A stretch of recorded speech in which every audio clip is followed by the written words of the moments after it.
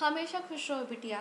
I am JVN Dr. Anamika Aherwar, Associate Professor in the Department of Science and Technology at Jayavati Vidyapeeth Women's University, Jaipur. Today I am going to take the lecture on the subject named Open Source Technology.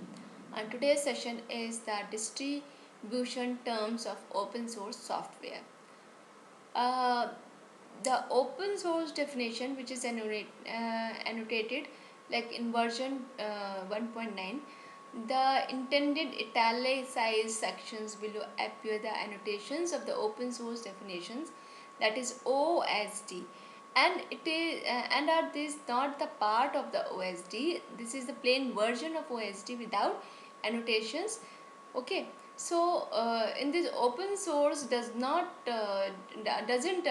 just mean access to the source code. The distribution terms of open source software must complete with the following criteria. And what are those criteria? The first criteria is the free redistribution, means by contracting the license to require free redistribution, we eliminate the temptation for licensors to throw away many long-term gains to make short-term gains.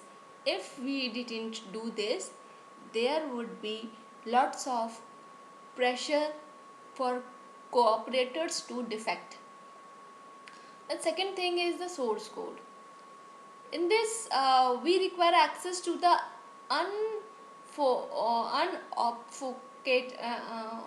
unobfuscated source code, because you cannot evolve programs without modifying them. And since our purpose is to make evaluation easy, we require that modification be made easy.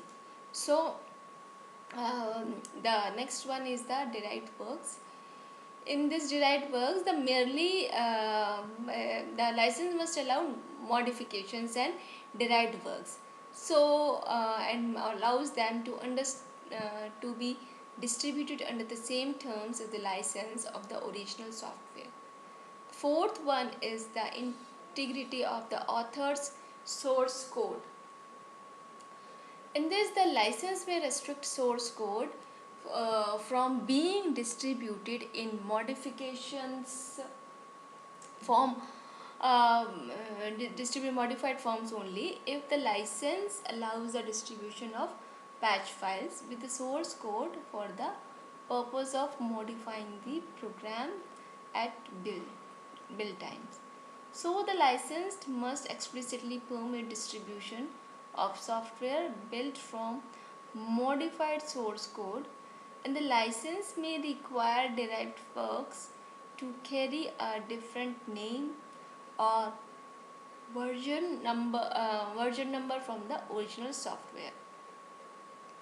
So of course this is encouraging lots of improvements in a good thing, and according to the open source license, this must guarantee that source is readily available, but may require that it is distributed as pristine base source plus patches. So in this way, unofficial changes may be made available by readily distinguished from the base source. Fifth one is the no discrimination against person or groups. In this, the license must be discriminate against any person or group of persons. There are some countries, like including the United States, have support restrictions for certain types of software. So an OSD conformant license may warn licenses of applicable restrictions and remind them that they are obliged to obey the law.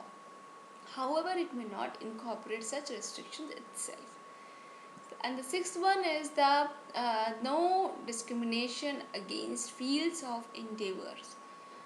In this, the major intention of this clause is to prohibit license traps that prevents open source from being used commercially.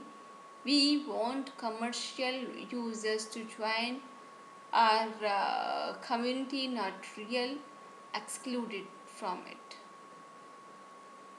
Another one is the distribution of license. All rights attached to the program must apply to all of when the program is modified within the need for execution of an edition license, and those parties. And this clause is intended to forbid closing the software by indirect name means such as requiring a non-disclosure agreement. Eighth is the license must not be specific to a product. This clause forecloses yet another class of license group. Okay, so the ninth one is a license must not restrict other softwares. It means distributors of open source software have the right to make their own choices about their own software. So, the 10th one is the license must be technology neutral. First is the in this, first of all, that no provision of the license may be protected by any individual technology or style of interface. So this